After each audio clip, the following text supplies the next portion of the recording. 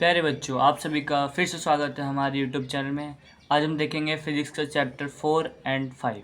Video के अंदर हम चैप्टर 4 और 5 को ख़त्म करेंगे with important topics and with important concepts.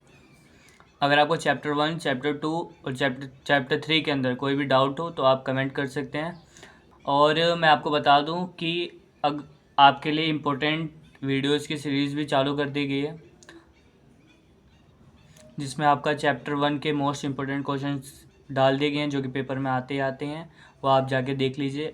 बिना देर किए अब चलिए चैप्टर शुरू करते हैं। सबसे पहला टॉपिक है आपका मैग्नेटिक फील्ड। अगर कोई कंडक्टर करंट कैरी कर रहा है तो उसके अंदर मैग्नेटिक फील्ड प्रोड्यूस होगा। ठीक है, मैग्नेटिक फील्ड एक लूप बनाता है उस करंट कैरिंग कंडक्टर के सराउंडिंग में। ठीक है, और जब हमें मैग्नेटिक फील्ड का डायरेक्शन निकालना होता है तो हम right hand thumb rule use करते हैं, जिसमें जो थंब होता है वो आपका करंट के डायरेक्शन में होता है, और जैसे जैसे हम अपने फिंगर्स को कर्ल करते घुमाते हैं तो वही आपका मैग्नेटिक फील्ड का डायरेक्शन होता है।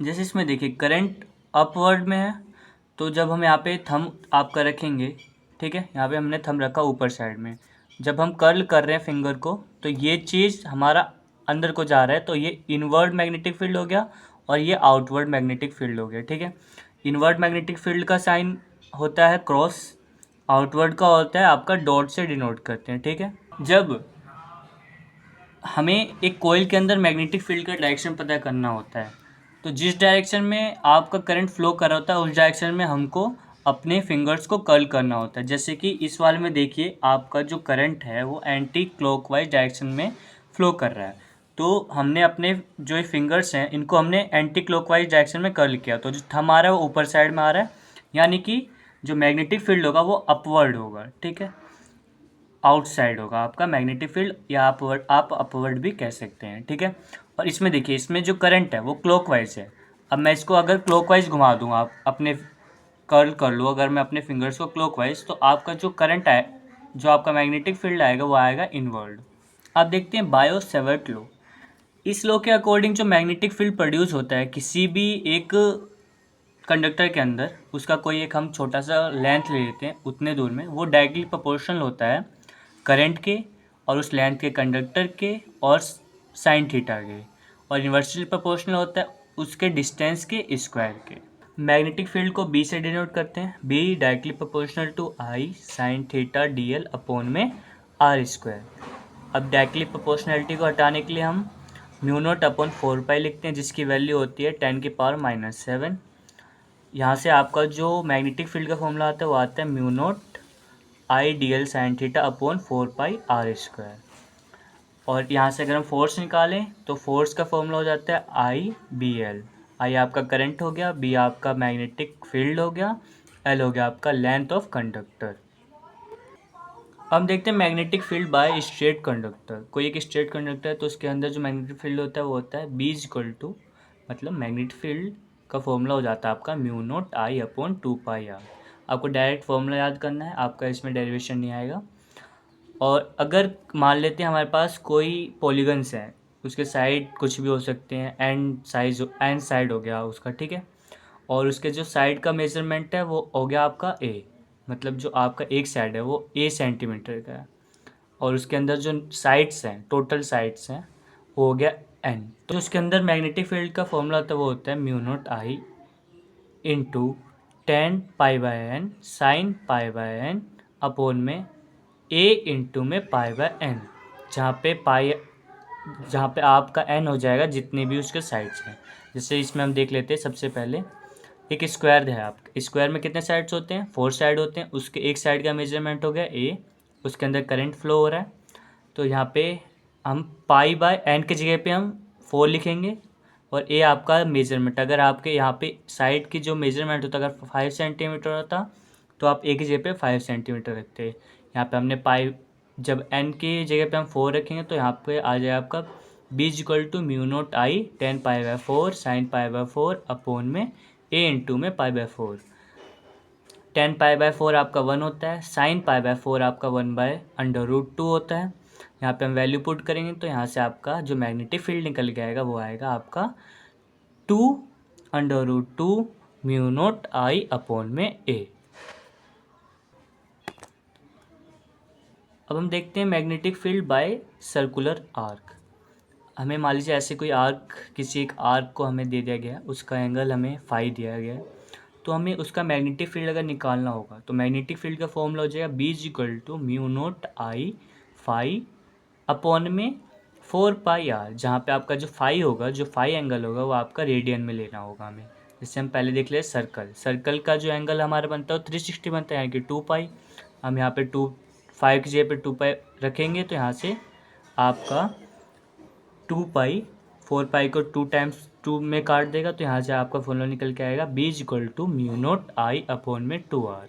ऐसे ही जब आपका जो आर्क है वो π/2 एंगल बना रहा होगा, तो आप जब 5 की जगह पे π/2 एंगल आप रख देंगे तो यहाँ से आपको जो मैग्नेटिक फील्ड निकल के आएगा वो आएगा म्यू नॉट आई अपॉन में 8r। अब मान लीजिए कि एक उसी आर्क के अंदर कई सारे टर्न, कई सारे राउंड हमने कर दिया उस कंडक्टर के ही, तो जो आपका मैग्नेटिक फील्ड होगा वो n टाइम्स इंक्रीज हो जाएगा। अब हम देखते हैं सोलेनोइड के अंदर मैग्नेटिक फील्ड का क्या फॉर्मूला होता है। सोलेनोइड आपका कुछ इस प्रकार का दिखता है, जिसमें जो हम किसी एक वायर को लेके उसको हम एक सॉफ्ट आयरन को या फिर सॉफ्ट वायर को लेके हम उसको कई सारे राउंड में उसको घुमा देते हैं और उसके अंदर एक करंट फ्लो करवा देते हैं, जिसकी वजह से उसके अंदर मैग्नेटिक फील्ड प्रोड्यूस होता है, जो कि आपका नॉर्थ से निकलता है और साउथ में एंड हो जाता है। तो उसका जो मैग्नेटिक फील्ड का जो फॉर्मूला होता है वो आता है B is equal to mu naught N I, जहाँ पे आपका आई करंट हो गया, एन आपका नंबर ऑफ टर्न्स अपॉन में लेंथ हो गया। Magnetic field by toroid. Toroid के अंदर जो मैग्नेटिक फील्ड होता है वो सेम ही होता है, B is equal to mu naught N I. हम देखते हैं एम्पियर्स सर्किटल लॉ, जिसे हम ACL भी कहते हैं। इस लॉ के अकॉर्डिंग जो आपका मैग्नेटिक फील्ड का इंटीग्रल होता है with respect to its conductor's length, वो आपका म्यू नॉट टाइम्स होता है उस एम्पियर्स लॉ के अंदर जितना आपका करंट फ्लो कर रहा है। अब हम एम्पियर्स सर्किटल लॉ के कुछ एप्लीकेशन देख लेते हैं। सबसे पहले आपका होलो सिलेंडर, एक सिलेंडर है जिसका जो अब होलो है तो उसके अंदर जो करंट होगा वो इसके सरफेस पे सिर्फ फॉलो करेगा। तो जब हम इसके सेंटर पे यहाँ पे हम निकालने जाएंगे तो यहाँ अब अंदर कोई करंट नहीं है, तो यानी कि जो फिर मैग्नेटिक फील्ड आएगा वो जीरो आ जाएगा आपका। अगर हम उसके रेडियस पे जाएंगे निकालने तो आपका जो मैग्नेटिक फील्ड का फॉर्मूला आता है वो आता है म्यू नॉट आई अपॉन में 2πr। अगर हम जो ये डिस्टेंस है अगर वो आपका ग्रेटर देन हो गया आपके उसके रेडियस से, तो आपका जो फॉर्मूला आता है वो आता है B is equal to mu naught I upon में 2πr। इसका जो ग्राफ बनता है मैग्नेटिक फील्ड वर्सेस रेडियस का, वो बनता है आपका कुछ इस प्रकार का, क्योंकि जब तक हम आर तक नहीं आते, जब तक हम रेडियस तक नहीं आते, जब तक तो आपका मैग्नेटिक फील्ड जीरो ही रहता है। जैसे हम रेडियस पे आते हैं तो आपका कुछ मैग्नेटिक फील्ड बढ़ जाता है, और जैसे हम दूर दूर जाते हैं तो आपका मैग्नेटिक फील्ड घटते जाता है। अब हम देखते हैं बाय थिन शीट, कोई एक शीट है उसके हिसाब से जो आपका करंट, उसके हिसाब से जो आपका मैग्नेटिक फील्ड आता है वो आता है B is equal to mu naught J2। अब आप सोचेंगे यहाँ पे J क्या है, J आपका हो गया करंट डेंसिटी, जिसका फॉर्मूला हुआ करता था आपका I/A। यहाँ पे आप B is equal to mu naught I upon 2A भी लिख सकते हैं, ठीक है। अब देखते हैं magnetic field by moving charge. अगर कोई चार्ज है मूव कर रहा है तो उसके अंदर मैग्नेटिक फील्ड कितना होगा, ठीक है। अगर कोई चार्ज आपका स्टेशनरी है, अगर वो रेस्ट पे है तो वो सिर्फ इलेक्ट्रिक फील्ड प्रोड्यूस करेगा। अगर वो मूव कर रहा है तो इलेक्ट्रिक फील्ड और मैग्नेटिक फील्ड दोनों ही प्रोड्यूस करेगा। जो आपका मैग्नेटिक फील्ड होता है वो आपका डायरेक्टली प्रोपोर्शनल होता है वेक्टर, जो वेलोसिटी वेक्टर है और जो आपका पोजिशन वेक्टर है उसके क्रॉस प्रोडक्ट के, ठीक है। अब जो है आपका जो मैग्नेटिक फील्ड है आपका और जो इलेक्ट्रिक फील्ड है वो एक दूसरे के परपेंडिकुलर होते हैं। ये कोई पॉजिटिव चार्ज है वो मूव कर रहा है v वेलोसिटी से। अगर हमें यहाँ तक का डिस्टेंस निकालना है क्योंकि उसने कितना मूव किया है, तो डिस्टेंस निकालने का फॉर्मूला होता है स्पीड इनटू में टाइम। तो हम यहाँ पे v वेलोसिटी मूव कर रहा है, dt एक हमने स्मॉल टाइम लिया क्योंकि ये भी एक स्मॉल डिस्टेंस है, ठीक है। फिर हम लगाएंगे बायो-सेवर्ट लॉ के हिसाब से जो फॉर्मूला होता है वो b is equal to mu naught I D L sine theta upon में 4πr², ठीक है। म्यू नॉट 4πr² हमने एक साथ साइड में रख लिया। आई को हम क्या लिख सकते हैं, q/dt लिख सकते हैं। करंट को हम क्यू बाई डी टी लिख सकते हैं, क्यू बाई डी टी हमने लिख लिया, डी एल एज टी रखा हमने साइन थीटा। हमें पता है डिस्टेंस अपॉन में टाइम होता है आपका वेलोसिटी, तो यहाँ पे हमने हमारा वेलोसिटी आ जाएगा, यहाँ पे आपका चार्ज आ जाए, तो यहाँ से आपका जो फॉर्मूला निकल के आएगा वो आएगा आपका P is equal to mu naught Q V sine theta upon में 4πr²। और जब आपका जो थीटा है वो 90 डिग्री हो जाता है, तो यहाँ से आपका जो E/V जो निकल के आता है वो आपका होता है c² अपॉन में v, जिस स्पीड से आपका चार्ज मूव कर रहा है, c आपका स्पीड ऑफ लाइट हो गया। अब हम देखते हैं कि अगर जो चार्ज मूव कर रहा है तो उसके ऊपर कितना मैग्नेटिक फोर्स लगेगा। तो मैग्नेटिक फोर्स हो गया आपको डायरेक्टली प्रोपोर्शनल आ जाएगा cross product of velocity vector और मैग्नेटिक फील्ड वेक्टर। तो यहाँ से आपका जो फोर्स निकल के आएगा वो निकल के आएगा आपका क्यू वी साइन थीटा, और जो मैक्स फोर्स होता है वहाँ पे आपका थीटा 90 डिग्री होता है, साइन थीटा 1 हो जाता है, तो यहाँ पे आपका जो मैक्स फोर्स निकल के आता है वो आता है क्यू वी बी, जहाँ पे आपका क्यू हो गया चार्ज, वी हो गया आपका वेलोसिटी, बी हो गया आपका मैग्नेटिक फील्ड। जब एक चार्ज एक्सटर्नल मैग्नेटिक फील्ड के परपेंडिकुलर मूव करता है तो वो एक सर्कुलर पाथ में मूव करता है, और उस वहाँ पे जो वर्क डन होता है वो 0 हो जाता है। अब वो सर्कुलर पाथ को फॉलो करेगा तो वो सेंट्रीफ्यूगल फोर्स भी लगाया, सेंट्रीपिटल फोर्स लगाया, तो उसको बैलेंस करने के लिए आपका आपका मैग्नेटिक फोर्स होगा वो इक्वल हो जाएगा आपका mv²/r। तो आपका जो फोर्स होता है वो क्यू वी भी होता है, तो यहाँ से आपका एक v² से एक v कट गया, तो आपका r की वैल्यू हमारी निकल के mv/qv, क्यों कितना डिस्टेंस मूव करेगा, ठीक है। तो ये आपका रेडियस निकल के आ गया mv/qv। mv को हम मोमेंटम भी कहते हैं, मास इनटू में वेलोसिटी। तो यहाँ से आपका रेडियस का फॉर्मूला निकल के आएगा मोमेंटम अपॉन में qv।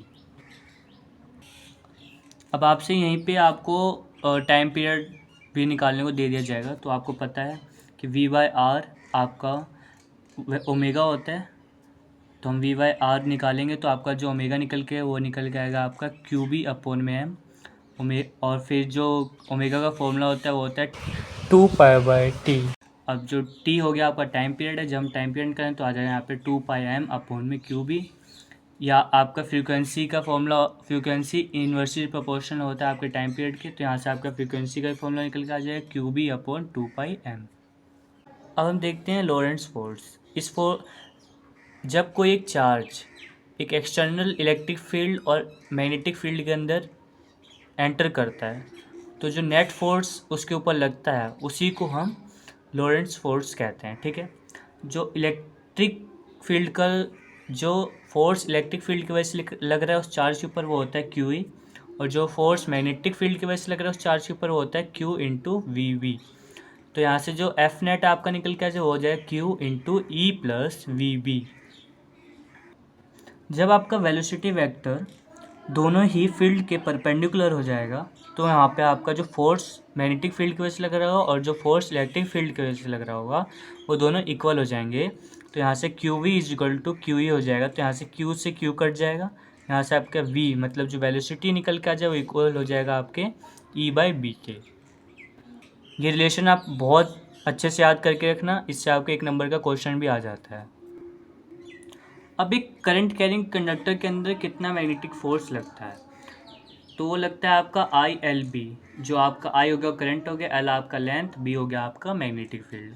मान लीजिए कि ऐसा कोई कंडक्टर है, इसके अंदर मैग्नेटिक फील्ड B है और इसके अंदर जो करंट फ्लो कर रहा है वो आपका I हो गया, ठीक है। तो जो आप लेंथ लेंगे वो ये सेमी सर्कल और ये सेमी सर्कल नहीं लेंगे, जो आपका इनिशियल पॉइंट है और जो फाइनल पॉइंट है उसका जो शॉर्ट पाथ होगा आप वो लेंगे, तो वही आपका लेंथ हो जाएगा। तो इसमें आपका एफ नेट निकल के आएगा IB इंटू में 4A। ये रेडियस आपका A है तो ये पूरा 2A हो जाएगा, ये पूरा 2A हो जाएगा, तो जो आपका फोर्स आएगा वो IB 4A निकल के आएगा। और सबसे इम्पोर्टेंट बात, अगर कोई कंडक्टर क्लोज्ड है तो उसके अंदर जो मैग्नेटिक फोर्स प्रोड्यूस होगा मैग्नेटिक फील्ड की वजह से वो 0 होता है। वो इस शेप का हो सकता है, किसी भी शेप का हो सकता है। जब दो कंडक्टर्स को एक दूसरे पैरेलल रख देते हैं तो जो मैग्नेटिक फोर्स होता है वो कितना होता है। यहाँ पे हमने 2 कंडक्टर्स को एक दूसरे के पैरेलल रख दिया, ठीक है। अगर करंट दोनों के सेम डायरेक्शन में है, दोनों के सेम डायरेक्शन में फ्लो करेगा करंट, तो आपका वो अट्रैक्टिव फोर्स लगाते हैं। अगर वो अपोजिट डायरेक्शन में कुछ एक ऊपर को जा रहा है एक नीचे को फोर्स फ्लो कर रहा है तो आपका रिपल्सन फोर्स लगाता है। ठीक है, अब देखिए इसके वजह से मैग्नेटिक फील्ड इस साइड भी प्रोड्यूस होगा, इस साइड भी प्रोड्यूस होगा। तो इसका जो फोर्स लगेगा I1 की तरफ वो F2 लगेगा, और जो I2 के वजह से फोर्स लगेगा वो आपके B1 की तरफ वो होगा F1, और इनके बीच की दूरी है D। ठीक है, इन दोनों कंडक्टर्स के बीच के जो डिस्टेंस है वो D। तो यहाँ पे आपका फोर्स अपॉन L की जो वैल्यू निकल के आती है वो आती है μ0I1I2 अपॉन 2πD। अब हम देखते हैं मूविंग कॉइल गैल्वेनोमीटर। गैल्वेनोमीटर क्या करता है, सिर्फ आपका करंट डिटेक्ट करता है करंट है या नहीं है। ठीक है, और डायरेक्शन बताता है किस तरफ फ्लो कर रहा है, बट वो उसका मैग्नीट्यूड नहीं बताता है कि कितना करंट फ्लो कर रहा है। वो ये आपका मैग्नेटिक टॉर्क के ऊपर बेस्ड होता है। ठीक है, जब गैल्वेनोमीटर के अंदर करंट फ्लो करता है तो वो मैग्नेटिक मूवमेंट को प्रोड्यूस करता है उस कॉइल के अंदर, जिसकी वैल्यू होती है एन आपका हो गया टर्न, NIA, जहाँ पे आपका N हो गया आपका नंबर ऑफ टर्न्स, I हो गया आपका करंट इन गैल्वेनोमीटर, और A हो गया आपका एरिया ऑफ गैल्वेनोमीटर। और जो कोइल है वो मैग्नेट के स्ट्रॉन्ग पोल्स के बीच में आपका सस्पेंड होता है, कुछ इस प्रकार ये आपका कोइल हो गया, नॉर्थ पोल या साउथ पोल इनके बीच में वो रखा गया उसको। ठीक है, तो वो उसके अंदर फिर टॉर्क जो प्रोड्यूस होता है वो होता है आपका उतना, जो आपका टॉर्क लग रहता है उसकी वैल्यू आपके निकल के आती है torque is equal to NIAB sine theta. ठीक है, यानी कि आपका जो टॉर्क होता है वो क्रॉस प्रोडक्ट होता है आपके जो आपका मैग्नेटिक मूवमेंट है उसके और आपके मैग्नेटिक फील्ड के। और जो मैग्नेटिक मूवमेंट आपका एक लूप प्रोड्यूस कर रहा होता है जिसके अंदर करंट होता है, उसकी वैल्यू भी सेम ही होती है, M is equal to NIA। NIA मतलब जो आपका एरिया हो गया, I आपका करंट हो गया, A आपका एरिया हो गया, एरिया ऑफ दैट कंडक्टर। हम देखते हैं बार मैग्नेट। बार मैग्नेट कुछ इस प्रकार का होता है, आपको पता होगा, आपने देखा भी होगा, जिसमें आपका साउथ पोल नॉर्थ पोल होता है। ये स्मॉल m आपका हो गया पोल स्ट्रेंथ। एक्चुअल में ये आपका यहाँ से लेके यहाँ तक आपका ज्योमेट्रिकल लेंथ होता है, बट जो मैग्नेटिक लेंथ होता है वो आपका इससे जो पोल स्ट्रेंथ होते हैं उनके बीच का जो डिस्टेंस होता है उसको हम मैग्नेटिक लेंथ कहते हैं, वही आपका एक्चुअल मैग्नेटिक लेंथ होता है। ठीक है, और जो मैग्नेटिक लेंथ होता है वो होता है 5/6 टाइम्स होता है आपके ज्योमेट्रिकल लेंथ के इक्वल, यानी कि 84% होता है मैग्नेटिक लेंथ, वो 84% होता है आपके ज्योमेट्रिकल लेंथ के बराबर। Magnetic movement of bar magnet, ये सेम पहले ये इलेक्ट्रिक डायपोल के जैसे ही है। यहाँ पे आपका इलेक्ट्रिक डायपोल में चार्ज हुआ करते हैं तो यहाँ पे आपका पोल स्ट्रेंथ आ जाता है। ठीक है, इस पोल से इस पोल स्ट्रेंथ के बीच का डिस्टेंस आपका 12 हो गया, यानी टोटल डिस्टेंस आपका 12। M आपका पोल स्ट्रेंथ, तो आपका जो मैग्नेटिक मूवमेंट निकल के आता है वो आता है 2ml। ठीक है, और जो पोल स्ट्रेंथ की वैल्यू होती है करंट इनटू में लेंथ। पोल स्ट्रेंथ का जो यूनिट होता है एम्पियर मीटर, और जो मैग्नेटिक मूवमेंट का जो यूनिट होता है एम्पियर मीटर स्क्वायर, और ये एक वेक्टर क्वांटिटी होती है। अगर बार मैग्नेट को एक सर्कुलर आर्क के अंदर कन्वर्ट कर देते हैं, जैसे कि ये हो गया। ठीक है, ये बार मैग्नेट है आपका साउथ पोल नॉर्थ पोल। ठीक है, इसको यहाँ पे हमने एक फाई एंगल में इसको आर्क में कन्वर्ट कर दिया। इसको जो मैग्नेटिक मूवमेंट निकल के आता है इस आर्क का, जो कि बार मैग्नेट से बना हुआ है, वो आपका निकल के आता है 2mr साइन 5/2 अपॉन में 5। अब जो मैग्नेटिक पोल स्ट्रेंथ है उनके बीच में कितना फोर्स लगता है, जो जो फोर्स लग रहा था वो डायरेक्टली प्रोपोर्शनल होता है M1 इंटू M2, और इन्वर्सली प्रोपोर्शनल होता है उनके डिस्टेंस के बीच के स्क्वायर के। ठीक है, तो यहाँ से जो फोर्स निकल गया वो निकल के आएगा μ0 M1 M2 अपॉन 4πr²। अगर सेम पोल है, जैसे अगर अगर अभी यहाँ पे नॉर्थ और साउथ है, यानी कि तो यहाँ पे अपोजिट पोल थे, यहाँ पे अट्रैक्शन होगा। अगर यहाँ नॉर्थ और नॉर्थ होता तो यहाँ पे रिपल्सन हो रहा होता। अब देखते हैं यहाँ पे magnetic field by magnetic movement, जैसे वहाँ पे चैप्टर 1 में निकालते थे इलेक्ट्रिक फील्ड, ठीक है, तो वहाँ पे फोर्स अपॉन चार्ज करते थे, तो यहाँ पे ठीक इसका उल्टा हो जाएगा। यहाँ पे magnetic field is equal to force by magnetic जो कि आपका वो जो दोनों पोल स्ट्रेंथ के बीच में आपका फोर्स लग रहा है वो अपॉन में पोल स्ट्रेंथ, ठीक है। जैसे यहाँ पे देख लीजिए, एक पोल स्ट्रेंथ की वैल्यू है m, एक की है m नोट, तो फोर्स का फॉर्मूला हो जाएगा mu naught m naught upon में 4πr²। तो यहाँ अपॉन में m नोट जो आपका पोल स्ट्रेंथ दूसरा वो रखेंगे, तो यहाँ से m नोट कट जाए, यहाँ पे आपका मैग्नेटिक फील्ड निकल के वो आएगा म्यू नोट m अपॉन में 2πr²। अब हम देखते हैं magnetic potential. It is defined as work done by external agent per unit pole strength, मतलब कि जो एक्सटर्नल एजेंट है वो कितना वर्क कर रहा है अपॉन में पोल स्ट्रेंथ, ठीक है। तो यहाँ से आपका मैग्नेटिक पोटेंशियल निकल के आ जाएगा। अब जो वर्क डन बाय एक्सटर्नल हो जाएगा वो होगा m नोट इनटू में फाइनल जो आपका मैग्नेटिक पोटेंशियल है माइनस इनिशियल मैग्नेटिक पोटेंशियल, ये आपका एक्सटर्नल। अगर हम मैग्नेटिक फील्ड की वजह से जो वर्क डन होगा वो माइनस हो जाए, क्योंकि वो खुद वर्क कर रहा है, वो माइनस टाइम्स हो जाए इसलिए। तो जहाँ से आपका जो यहाँ से मैग्नेटिक पोटेंशियल निकल के वो आ जाएगा म्यू नोट m अपॉन में 4πr। अब देखते हैं relation between magnetic field and magnetic potential, ठीक है। M D V is equal to M B D R रखेंगे, यहाँ पे इज इक्वल रखेंगे, तो यहाँ से आपकी D V is equal to minus B D R निकल के आ जाएगा। आपको याद हो तो हमने ऐसा ही सेम रिलेशन पीछे ही पढ़ा था, D V upon D R जो निकल के आता तो आता था माइनस ई जो करंट के अपोजिट होता है, मतलब जितना हम इलेक्ट्रिक फील्ड से दूर होते जाएंगे उतना ही आपका पोटेंशियल बढ़ता जाएगा, उसके अपोजिट होता था। सेम इसमें ऐसे ही है कि जितना हम मैग्नेटिक फील्ड से दूर होते जाएंगे उतना ही आपका मैग्नेटिक पोटेंशियल बढ़ जाएगा, और जितना हम मैग्नेटिक फील्ड के पास आएंगे उतना ही आपके जो मैग्नेटिक पोटेंशियल होगा वो कम हो जाएगा। अब देखते हैं magnetic field by bar magnet, ठीक है। सबसे पहले अब हम देखते हैं कि किसी भी एक पॉइंट पे मैग्नेटिक फील्ड कितना होता है। मान लेते हैं ये पॉइंट पी है, ये बार मैग्नेट है, ठीक है। तो जो यहाँ पे और ये एंगल थीटा बना रहा है, तो जो यहाँ पे मैग्नेटिक फील्ड का फॉर्मूला निकलेगा तो आता है mu naught m capital M into में 3 cos square theta plus 1 upon में 4πr²। जो यहाँ पे m हो गया आपका, हो गया मैग्नेटिक मोमेंट।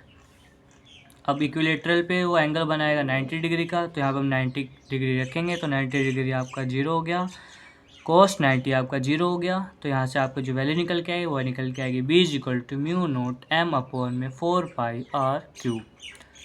अब हम देखते हैं एक्सियल पॉइंट पे जो थीटा बनाएगा आपका वो बनेगा आपका 0 डिग्री का, तो cos 0 आपका 1 होता है, तो ये अंडर रूट में आपका 4 आ जाएगा, तो बाहर जब निकलेगा तो जो अंडर रूट 4 होता है वो वैल्यू होती है 2 की।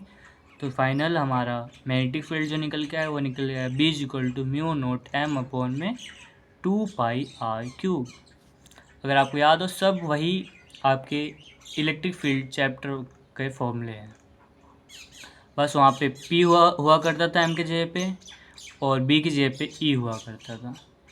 अब देखते हैं एनर्जी। ये एक स्केलर क्वांटिटी है जिसकी वैल्यू होती है minus M B cos theta. M आपका मैग्नेटिक मोमेंट, बी आपका मैग्नेटिक फील्ड इंटू में कोस थीटा, और टॉर्क का फॉर्मूला होता है एम बी साइन थीटा। और जो वर्क जो निकल के आएगा, वर्क मतलब जो एनर्जी निकल के वो होगा M B cos theta 1 minus cos theta 2। ये मैग्नेटिक फील्ड की वजह से वर्क, जो मैग्नेटिक फील्ड वर्क कर रहा है इसलिए यहाँ पे नेगेटिव आ रहा है। अगर एक्सटर्नल एजेंट वर्क करता है तो यहाँ पे आपका पॉजिटिव आ रहा होता है। अब दो बार मैग्नेट के बीच में कितना फोर्स लग रहा होता है। ये एक बार मैग्नेट है, ये अपना जो मैग्नेटिक मोमेंट लगा रहा है वो है m1, और ये दूसरा बार मैग्नेट है जो कि मैग्नेटिक मोमेंट लगा रहा है वो m2, ठीक है। इनके बीच का डिस्टेंस है r, तो जो आपका फोर्स की वैल्यू निकल के होगी -6 mu naught m1 m2 upon में 4πr की पावर 4, ठीक है। जो फोर्स होता है वो इन्वर्सली प्रोपोर्शनल होता है r की पावर 4 टाइम, ठीक है। सेम जो मैंने पीछे बताया था, अगर पोल सेम है, अगर नॉर्थ हुआ तो रिपल्सन होगा, अगर नॉर्थ साउथ हुआ, अगर अपोजिट हुआ पोल्स तो यहाँ पे अट्रैक्शन होंगे। आप कंफ्यूज ना हो इस बात में कि उधर अलग फॉर्मूला इधर अलग फॉर्मूला। ये 2 बार मैग्नेट के बीच का फॉर्मूला है, ठीक है। और वो था 2 बार मैग्नेट के जो पोल स्ट्रेंथ है इनके बीच का जो फोर्स था उसका फॉर्मूला था। अब देखते हैं मैग्नेटाइजिंग फील्ड। ये एक्सटर्नल फील्ड होता है जितना हमने एक्सटर्नल फील्ड यूज़ किया होता है किसी एक मैग्नेटिक मटेरियल को मैग्नेटाइज करने के लिए, ठीक है। जिसको हम एच से रिप्रेजेंट करते हैं, उसको हम डिफाइन करते हैं मैग्नेटिक फील्ड अपॉन में mu naught. H is equal to B by mu naught. इसका डायमेंशन होता है एम्पियर लेंथ इनवर्स, यूनिट होता है आपका एम्पियर्स मीटर इनवर्स, ठीक है। अब देखते हैं intensity of magnetization. When magnetic material are placed in magnetic field, then material get magnetized। अगर कोई मैग्नेटिक मटेरियल है उसको हम मैग्नेटिक फील्ड के अंदर रखेंगे तो वो मटेरियल भी मैग्नेटाइज हो जाएगा, ठीक है। अगर वो स्ट्रांगली मैग्नेटाइज हो गया उस मैग्नेटाइजिंग फील्ड के डायरेक्शन में तो वो फेरोमैग्नेट हो गया। अगर वो वीकली हुआ है मैग्नेटाइजिंग फील्ड के डायरेक्शन में, ठीक, तो वो पैरामैग्नेट हो जाता है, पैरामैग्नेटिक मटेरियल हो जाता है। अगर वो अपोजिट डायरेक्शन में हुआ है उस मैग्नेटाइजिंग फील्ड के तो वो डायमैग्नेटिक मटेरियल हो जाता है, जिसका फॉर्मूला होता है I is equal to magnetic movement produce upon में वॉल्यूम।